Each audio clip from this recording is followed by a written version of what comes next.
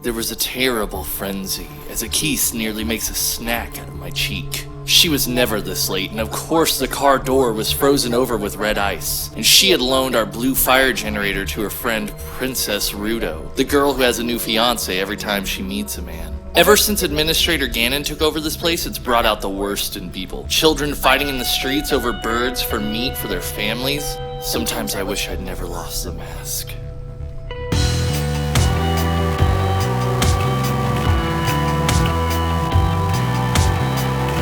Star Wars movies, Simpsons episodes, Batman comics, taking one step in DVD and then waving. These are all things we look forward to. So is the next Zelda release. The Legend of Zelda is a video game franchise released by Nintendo which has entertained multiple generations over multiple decades. It has gone through various changes and restructuring, yet always somehow comes out as a familiar product. Today I want to talk about what a Zelda game is, and maybe why we love them so much. I would also like to talk about my favorite entrance into the Zelda saga, and maybe some of the things that it taught me. Nehru, guide me.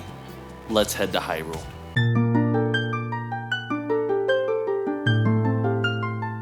The Legend of Zelda, for the sake of those who may not be aware, is an action-adventure role-playing game meant to take Peter Pan, place him in the role of Indiana Jones in the backdrop of Middle-earth. It's a world-renowned, consistent industry revolutionary, its only rivals being brother projects Super Mario Bros., Grand Theft Auto, Tetris, Halo, and Metal Gear. Link and the land of Hyrule ring true in our hearts, but what is a Zelda game exactly? Well, to me, a Zelda game has three core features, though those features were obviously perfected over time and can be seen in various stages and various ages. These three features are freedom, discomfort, and vulnerability. Freedom we will define as an uninhibited sense of exploration, an understanding that there is no set path. Discomfort will be referred to as a feeling of slight subversion, of things being made on a light twist. Not altogether unfamiliar, but enough to change the setting. And vulnerability, the acknowledgement of the villain's strength and previous victories. See, as a continuous timeline, The Legend of Zelda actually contains games wherein the bad guy has previously triumphed and ultimately defeated the main character.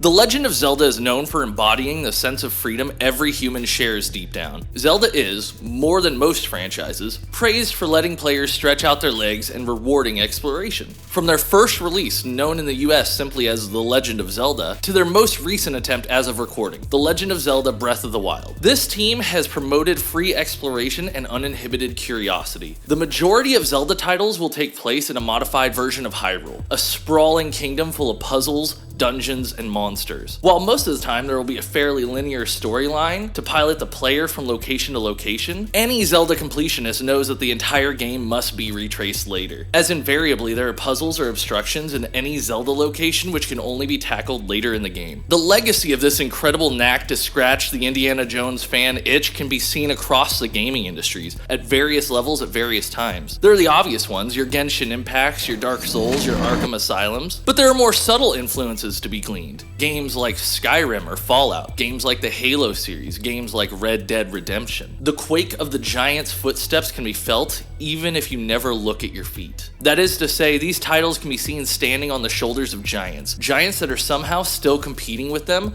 while having set the stage for the competition in the first place. Freedom provided by your average Zelda title has a warm way of calming you, first by providing an alternative to the often intense narrative. Often taken for granted due to its now widespread use in the industry, having something to do in a game other than the primary objective can immensely expand the time a game can be played in one sitting. The second way this feature lulls you into comfort is in defeat. The open world concept allows the player to be forgiving in times of loss. I didn't defeat this creature now, but I bet there's the perfect weapon for him out there, I just haven't found it yet. Producing a counterbalance to this calming impact is the series' motif of discomfort. This takes the familiar and distorts it, creating an unease that contributes to the stakes of exploration. To make it perfectly apparent, as this concept can be a bit muddy, I will give some simple examples right now. In Ocarina of Time, the discomfort can be found in that this game is the first in its series to take 2D gameplay as a concept and apply it to the 3D graphics, meaning on first playthrough, most new players were constantly fumbling with controls obstacles and falling off ledges, though the game's innovative Z-targeting system more than made up for any difficulties. In the Windwaker, the discomfort comes from being on an open sea with a sailboat. You were still completely free to go wherever you pleased, but your method of getting there was made foreign and downright dangerous now. Some discomfort can even be seen in the set dressing. This is the Water Zelda. This is the Sky Zelda. This is the Dark World Zelda. It becomes the paint used by the devs to create lasting imagery in our heads. For many of us, our first understanding of the beauty of watching the sunrise came from getting the fire arrow in Ocarina of Time. Some of us had our first horror jump scare in the form of Re-Deads. In a sense, the concept being discussed is what makes Zelda games different from one another, what makes them uniquely suited to jab our emotions with pin-like precision. Discomfort reminds the player that not everything stays the same, that over time, even core mechanics and things you may have thought were fundamental to the integrity of the series may just change. They may vanish for one instance, or they may rarely be seen again. A very primal form of human adaptation takes place when you catch a person outside their element, with just enough freedom to find their own way home. Striking this balance is a tightrope walk, and the Zelda team has done it for decades with no signs of tiring.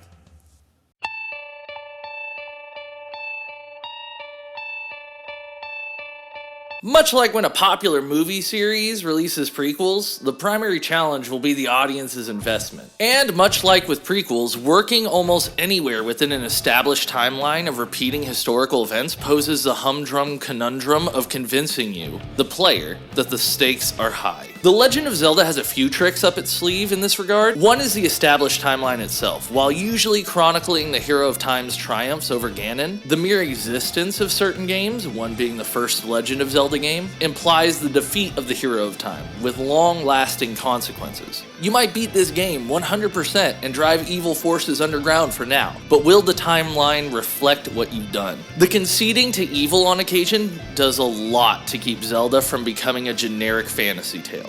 Oftentimes, the concession will happen in the story of the game itself, which I personally find to be more effective. The consummate example of this is Ocarina of Time, where the hero is set on the rails of a roller coaster appearing to be nearly over, only to fly directly past the ticket booth for a second, more interesting round.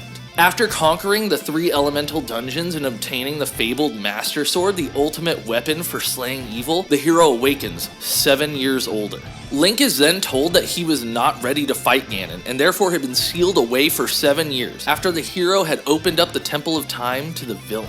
This creates a hellscape outside the temple, wherein Ganon assumed a position of ultimate authority over Hyrule and destroyed every atmosphere-dripping corner of this once beautiful domain. In place of every smiling child is a Re-Dead. Hyrule Castle is shrouded by a dark cloud. And strange business deals have been struck up between most of the kingdom's shadier residents and the new king, which has awful people in positions of authority.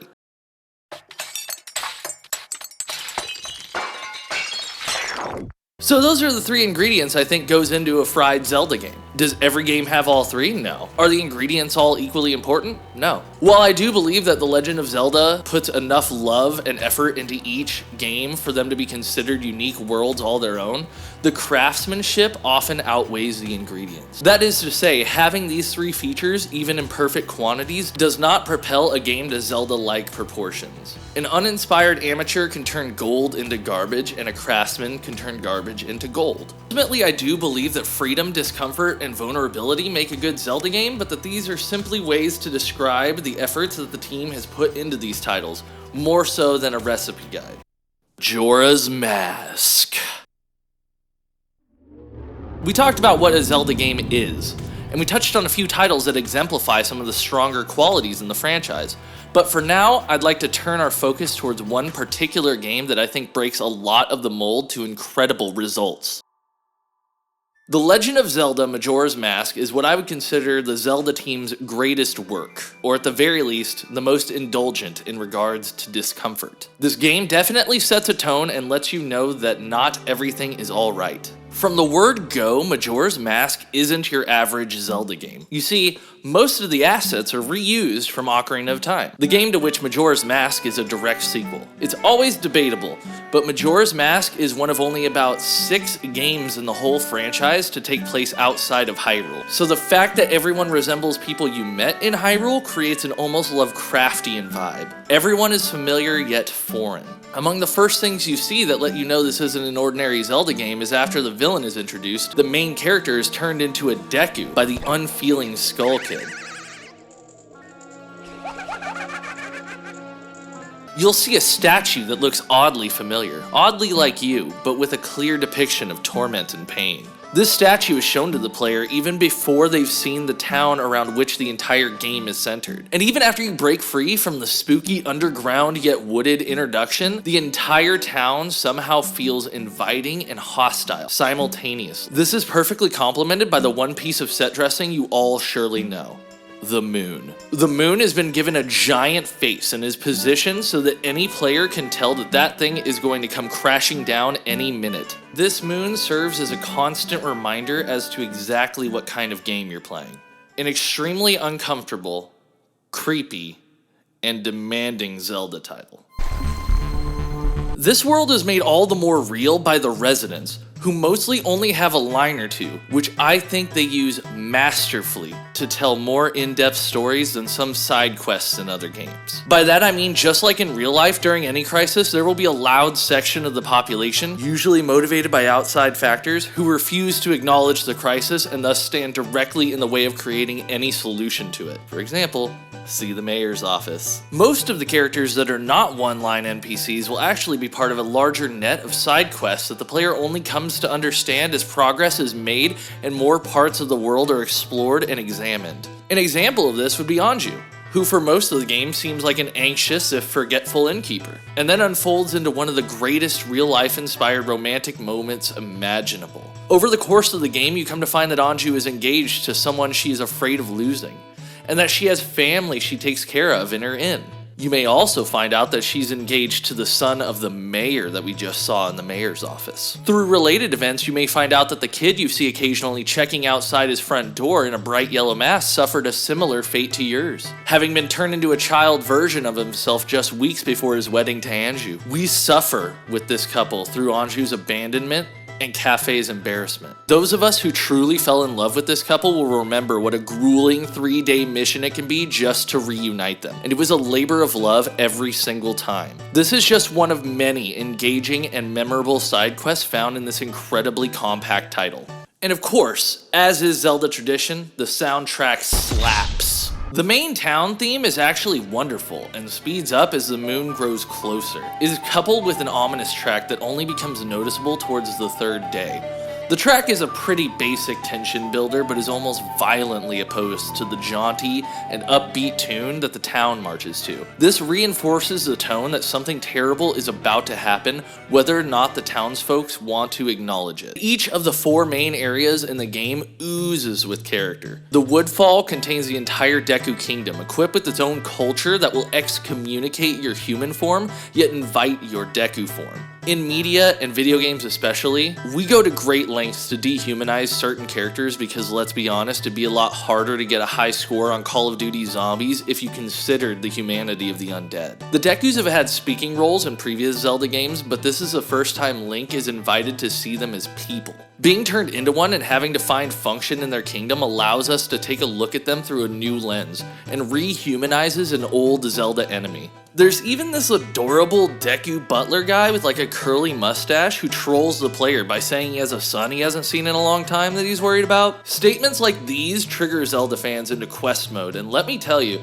a 3-day cycle is not the funnest way to scour a whole overworld for one Deku, especially when you can't find him. His son isn't roaming around Termina, and any time you spend trying to find him is wasted. The fact that Zelda put in a character who would troll a player for being a Zelda fan contributes to why I think this work is so special. The Snowhead is a beautifully inspired Goron society. Gorons are nowhere near as hostile towards humans as the Dekus were, but when you get into the Goron city, something very annoying happens.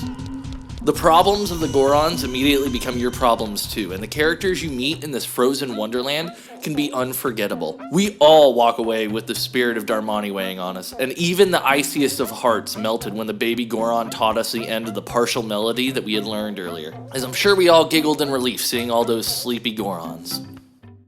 The Zora Hall is amazing, and the way that Zoras are depicted in this game is really interesting to me. Zoras come off as highly emotionally intelligent, almost to a fault, and of course, any underwater level gives the art team a wonderful opportunity to reimagine the world with an ocean theme. Zoras almost always seem to be handled with extreme care by the Zelda team, so sadly this area doesn't stand out as much simply because where the Zoras live is usually one of the more interesting terrains in a Zelda game.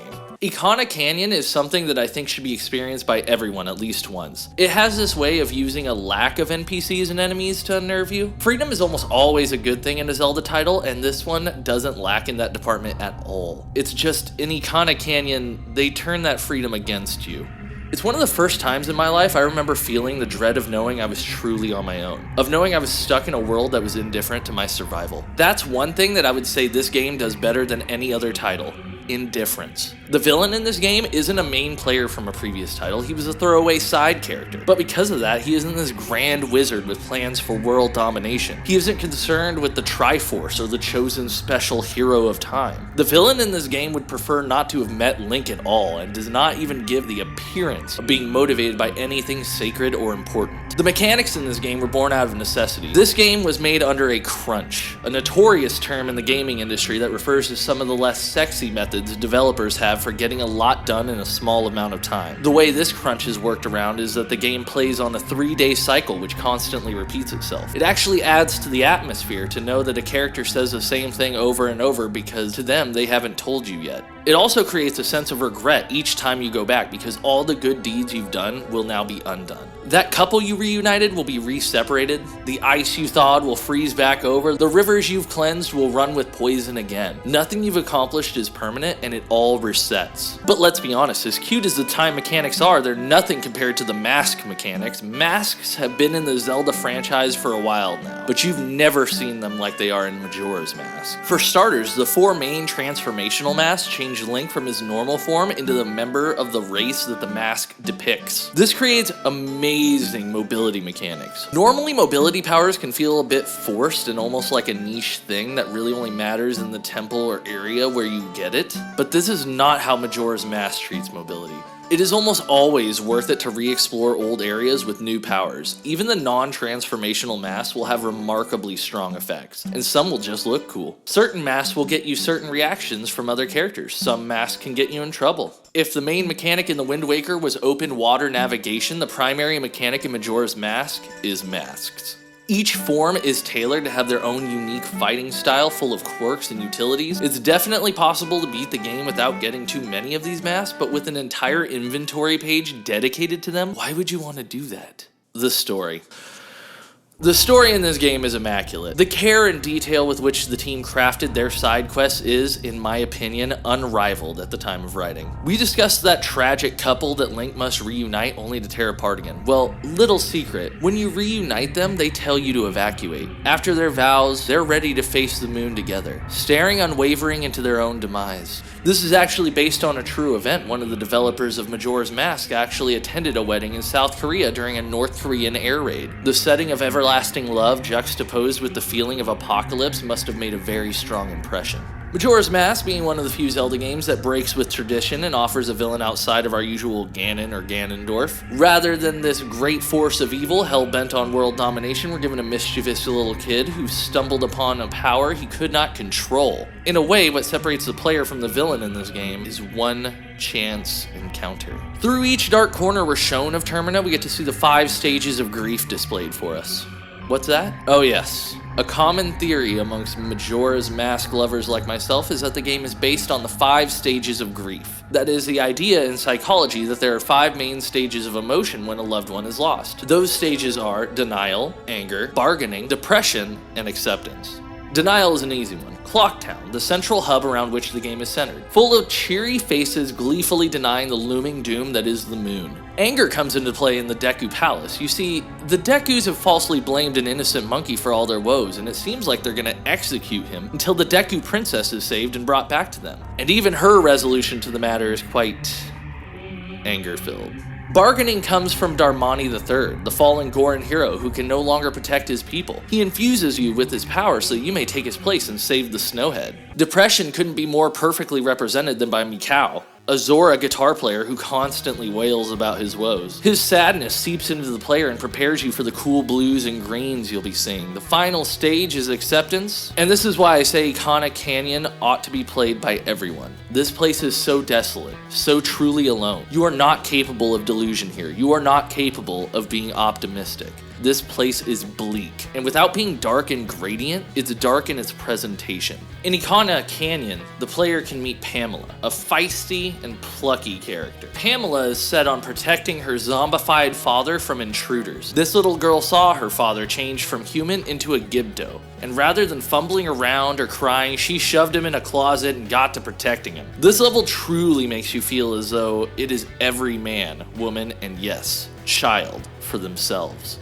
A lot of the puzzles in this area require the main character to use magic to create lifeless statue forms of themselves, a sort of mimic, a hollow representation devoid of soul. Ikana does not ask you to use a transformational mask, at least not a new one anyway. So it's a mission you go without the backup of someone else. Did we ever find out whose soul was in the Deku mask, by the way? Never mind. Can you tell I love this game? It holds a very special place in my heart. From the moment you boot it up and hear that creepy Miyamoto laugh, to the final credits. This game makes you feel everything the devs put into it. And when the game is finally complete, whether you did a 100% run or just bare bonesed it, you'll feel nothing but relief, pride, accomplishment, and... oh. Have I proven that Majora's Mask is the superior Zelda title? Or have I just written a love letter to a multi-million-dollar franchise that could care less if I ever even played their game? Most likely the latter. I have an intriguing theory about Zelda as a franchise that I think helps tie together the loose ends and why the team has been able to deliver quality releases decade after decade. It's not the formula, it's not necessarily any title in particular, it's not any function or mechanic. I think it's us. You see, I think a large portion of our opinions on the quality of a given work can be greatly influenced by the conditions under which the audience engages with the text. And personally, I do not see this being in conflict with objective analysis. By that, I mean these works are not objective. People put pieces of themselves into them. People put their lives into this, and those small bits resonate with us somehow. Different pieces will hit different people different ways at different times in their lives. I was born in the early 90s, so the works that were there to resonate with me as I reached a ripe age for video games were Ocarina of Time and Majora's Mask. However, I see people proclaiming the Windwaker to be the best Zelda is equally valid. As with those who tout Twilight Princess as their preferred Hyrule experience. These games have a way of seeping into the player's brain and filling in the cracks to create a positively amazing grip. And by that, is that these games come and go at a certain time in our lives, never being intrusive yet always being involved. To solidify this point, I'm asking a few friends about the Zelda memory that comes to their mind first. Okay, so I mentioned this, the GameCube at my grandma's place was the and I think I actually had the Zelda with four the 4 multi-disc thing. Like I got that and Wind Waker like for a Christmas. And I think I had Smash, right? So I just remember because my mom and I like lived downstairs with my little brothers and sisters because like we were staying there, and we were all always downstairs like in this living room, and that was like what the kids either playing outside or like playing Zelda, or like I would even on Smash I would pick Link a lot too. So like that's when I started noticing different play styles on Zelda too. Like I think I'm very cautious, and when I see people play it really well, they're like, dancing around the enemies and stuff, and I'm like sitting there with my little shield, like, how, like I play like turtle styles, but it got the horror, like the little haunting aspect, especially with those like Kraken fights. Those were cool. I forget what the monster was called, but I love those. Like when I'd finally be able to fight. I forget if you needed a boomerang or something. But like, the achievement vibe, you're like, I finally have the thing I need to kill this enemy here. So I'm not a big Zelda person. There hasn't been a whole lot of Zelda games that I've play it all the way through. But back when COVID first started, I played Breath of the Wild all the way through because I had nothing else to do. And just the excitement of going on an open world Zelda game, learning how to craft these different recipes for food and finding new weapons, finding like mysterious islands with challenges on them, learning more about the story of what's going on. It was all such a new experience for me, and I really, really loved to play it. And I wish I could play it again for the first time again, but I guess I'll have to wait till the sequel for Breath of the Wild. I think probably what stands out the strongest to me is that my parents had me really young, so my dad was in college around the time that Ocarina of Time came out for the Nintendo 64. So my biggest memory of Ocarina of Time isn't actually playing it. It was watching my dad and my uncle play it because they lived together in this house in Laramie, Wyoming, close to the University of Wyoming. And they were huge gamers. We're one of the first people to get an N64. And I just remember sitting there watching them play it, passing back and forth the controller and stuff like that. And it was a huge thing for me because I think, as a kid, like, that game symbolized everything like a kid likes, like there's this magical sword, there's this ocarina, this magical device that can warp time and space and stuff like that. And it's like, as a kid, that hits all the marks for you. You're like just totally entranced in what's going on.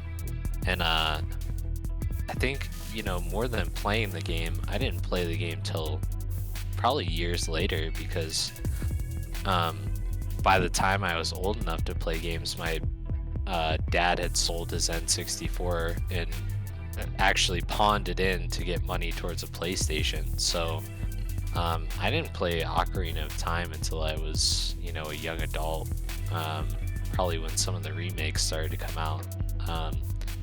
So yeah, it's just spending time with my dad and my uncle and, just sitting there eating candy, watching them play games. I think, I was just so entranced in what they were doing because they were, huge influences in my life, obviously. So, it wasn't even playing it. It was just enjoying it with my dad and my uncle. Just even watching them. As anyone can see, where and when you play Zelda really counts. If you were to ask what my favorite Pokemon moment was, I'd say it was when I caught Ho-Oh for the first time, April 1st, 2001. Why do I remember that date? I called my cousin to tell him I'd caught Ho-Oh, and he said, "Happy April Fools." If you asked what my strongest Halo memory was, I'd say it was when Noble 4 died. But if you asked me about my Zelda memory, I'd have to give you a story about my life. Ultimately, it doesn't matter what Zelda game is the best because these games have a quality that is unquantifiable. A Zelda game hits at a time and place and setting in your life, and there's no mechanic or feature that can outweigh that. I believe there is no use wasting time trying to find a metric by which to judge Zelda games against one another because there are no metrics that can capture what this franchise is capable of. It's a secret to everyone.